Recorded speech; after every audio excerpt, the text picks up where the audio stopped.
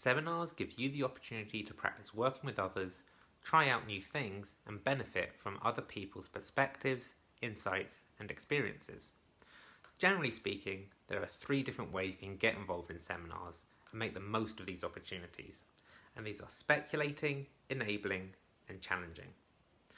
But working with others isn't always an easy thing to do, and in your seminars you may have noticed some unhelpful behaviours that make this kind of group learning a bit more difficult. So maybe you've noticed some people have the habit of dominating the conversation, or talking over others, or maybe even challenging unproductively. Or maybe you've occasionally found yourself doing these same things. We all pick up bad habits from time to time, and we can always get better at participating in seminars. Well, this guide will give you some strategies for what you can do if you do encounter some of these unhelpful behaviours within seminars. So let's start with speculating. It can be helpful for group learning to offer up possible ideas as a starting point for wider discussion, or provide small suggestions that help the conversation move forward while still allowing space for others to contribute their perspectives. However, sometimes people talk for a long time or try to provide a very comprehensive, airtight response that are just harder to engage with. And this is especially common if people are feeling nervous or feel like they want to impress their tutors or the other students. If you do find this happening in your seminars, here are a couple of things that you can try. Drawing attention to uncertainty. You can help others to feel more comfortable speculating by demonstrating some of these behaviours yourself and drawing specific attention to the fact that your own ideas are incomplete. When speaking, try opening with phrases like, "I'm just thinking aloud here," or "I'm not really sure, but maybe," and then add whatever it is you want to say. Using phrases like this that explicitly draw attention to uncertainty can help create an environment in which others feel more comfortable speculating, rather than feeling the need to provide comprehensive responses. Breaking issues down. If a large question or problem has been posed, you can head off excessively long responses by drawing attention to the fact that a single comprehensive answer is unlikely, or at least that it's unlikely to be formed immediately. And you can do this by breaking the issue down and mentioning some of the different factors that you might need to take into account. And if you're feeling particularly comfortable or imaginative, you could also start speculating about how one of these smaller issues might be addressed. This more bite-sized approach can provide some natural pauses in conversation that encourages others to come in and can also help the group provide a more detailed response.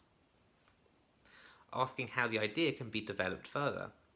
Although a robust, thoroughly argued idea can sometimes be interesting and useful, it can be hard to know how to respond to these outside of simply agreeing or disagreeing, which tends to bring the conversation to a halt and gets in the way of creatively exploring different responses. After all, at university level study, there's usually more than one right answer. In these situations, you might find it useful to ask questions like, "What would you like us to add?" or "Which areas do you want us to help work on?" Or you could ask questions about how to take the idea even further by saying something like, "Okay, so if we assume that's correct, how might this change our approach to whatever?" These kind of responses give the speaker a chance to reflect on their own potential blind spots, and at the same time refocuses the seminar as a space for group learning and collaboration rather than individual learning. Choosing one thing to take forward. If someone's been talking for a long time, it can be quite difficult for the wider group to keep a clear overview of what's been said or what part exactly to respond to. If you've lost track, then chances are others have as well. So it can be helpful for everyone to just let the speaker know that you haven't quite followed and ask them to summarise instead. Or you could even try summarising yourself, or just select one aspect that you found most interesting or understood the most to focus on and discuss further. Summarising and selecting might sometimes feel reductive, but it can provide you and the rest of the group with a workable idea or aspect to take forward, discuss, and develop more broadly. Drawing others into the conversation. You may sometimes encounter the opposite situation in which some seminar participants don't contribute to the conversation. In most cases, this isn't actually because the participant just doesn't want to say anything, but because they're worried about not knowing the right response or having difficulty finding a good moment to enter into the conversation. And in these instances, modelling speculative behaviours and engaging in positive enabling strategies like offering non-verbal encouragement and just leaving space for silence are particularly helpful. However, there might be times when some seminar participants are feeling actively disengaged and won't respond to encouragement. If you're working in a large group and a few people are disengaged, it might not really be an issue. It's not really your job to make sure that everyone always speaks. But if you're in a smaller group or just a lot of people are refusing to contribute, this hesitancy to speak might become actively disruptive in itself. In these situations, you can try drawing disengaged members into the conversation using frequent eye contact. Or, if this isn't possible because eye contact is being actively avoided, or if you're working online without cameras, you may want to go a step further and bring them in by name by saying something like, "Emma, what do you think about this?" in a kind of warm, inviting tone. And remember, speaking isn't the only form of communication. So pay attention to what others are doing and their body language. These can provide ways of opening a dialogue. For example, by saying something like, "Deepak, you look a bit uncertain. Did you want to mention anything?" After explicitly bringing someone into the discussion a couple of times, you'll often find that they become more likely to enter into the conversation without prompting. So, let's move on to enabling. Enabling behaviours help create an environment in which people can learn from one another by providing space and encouragement for others to speak, clarifying the ideas of others, and developing them further. But enabling also includes identifying behaviours that are making it difficult for others to participate and taking active steps to address those behaviours. If someone's being shut down or spoken over, it's everyone's responsibility to ensure that these behaviours are being addressed. So, let's have a look at what you can do in some of these situations. Observing others. People will often subtly indicate when they want to speak, such as with an intake of breath, a shift in body language, or changing facial expressions. Or if online, people might indicate that they want to contribute by using the raised hand icon or unmuting their microphone. When working in a group of people, it can be really easy to miss these signs and end up talking over each other. So the first step is to be mindful and attentive to others. You might even want to dedicate some time in the seminar to focus exclusively on noticing these behaviours as a way of building up your responsiveness to others. This will put you in a much stronger position to notice and handle disruptive or exclusive behaviours when they arise. Refocusing interruptions. If you notice that certain members are in the habit of consistently talking over others, it might be worth addressing by waiting for the person interrupting to finish speaking, and then saying something like, "That's really interesting. I wonder what Mira was going to say."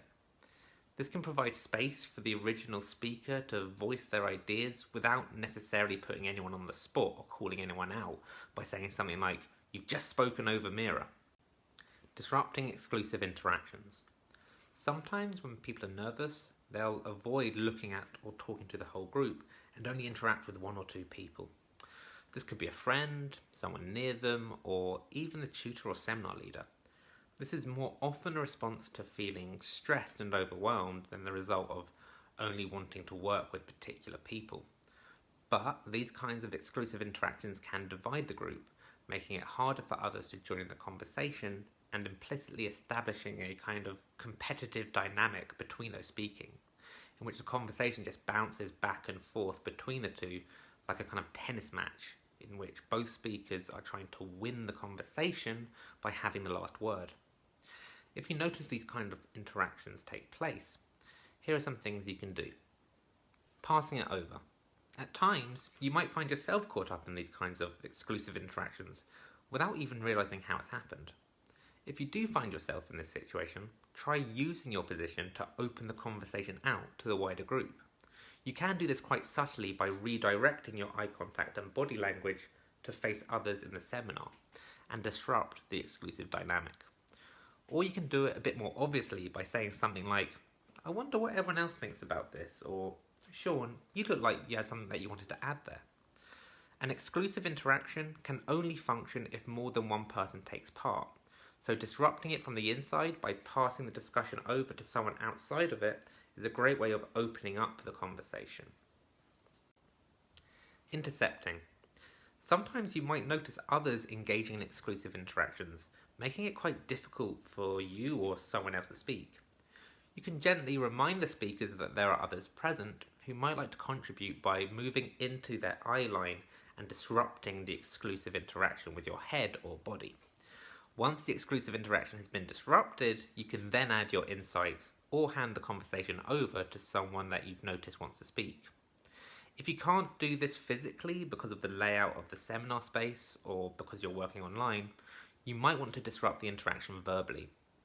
Now, some people do find this uncomfortable or a bit exposing, so it can sometimes be easier to intercept the exclusive interaction on behalf of someone else. So perhaps you've noticed a comment in the chat that you'd like to bring into the conversation, or maybe you've noticed someone else trying to enter the discussion and could say something like, Zara looks like she has something she wants to add, and I'd really like to get her perspective on this.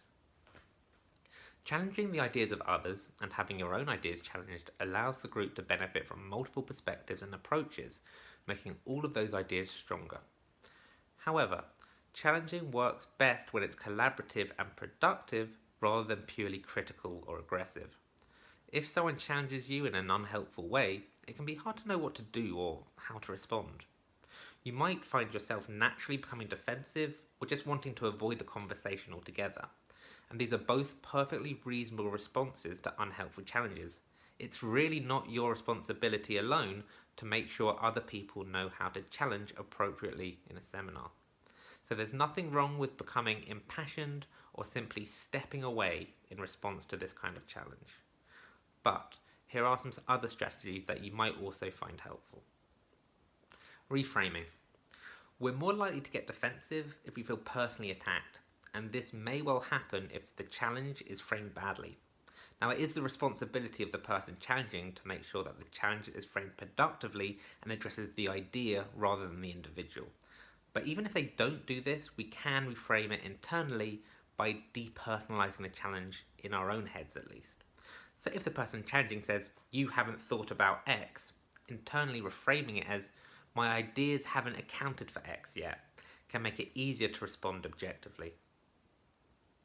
If you do want to engage with the challenge, here are some things you can try. Bouncing it back. You're not expected to have all the answers when discussing ideas in seminars. So if the person challenging has asked a particularly difficult or slippery question, you can throw it back to them and ask how they would address the issue. This can shift the dynamic and positions the person challenging as a collaborator rather than a critic. Asking for more. If the person challenging has said something you feel is quite provocative or insensitive, you can simply ask them to say more or ask where they got their information from.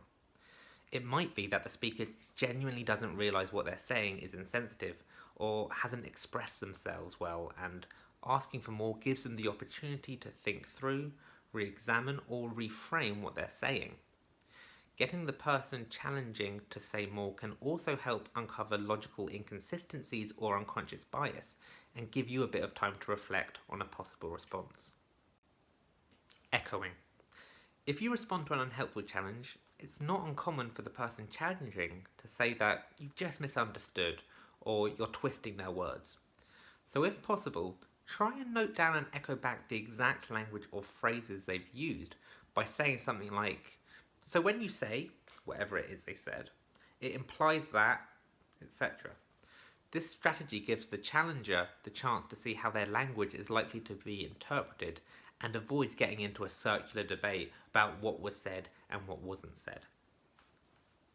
Redirecting. Sometimes you might not have the patience or energy to fully engage with an unhelpful challenge, and that's fine. You don't need to every time. If you would rather just carry on the initial conversation, try simply shutting down the challenge and redirecting focus to what you'd been talking about earlier by saying something like, "Well, I'm not sure about that, but as we were saying before." Outsourcing. If you know of good responses to the challenge but don't have the information at your fingertips or just don't want to get into that conversation in your seminar, you could direct the person challenging to some sources that they can find themselves.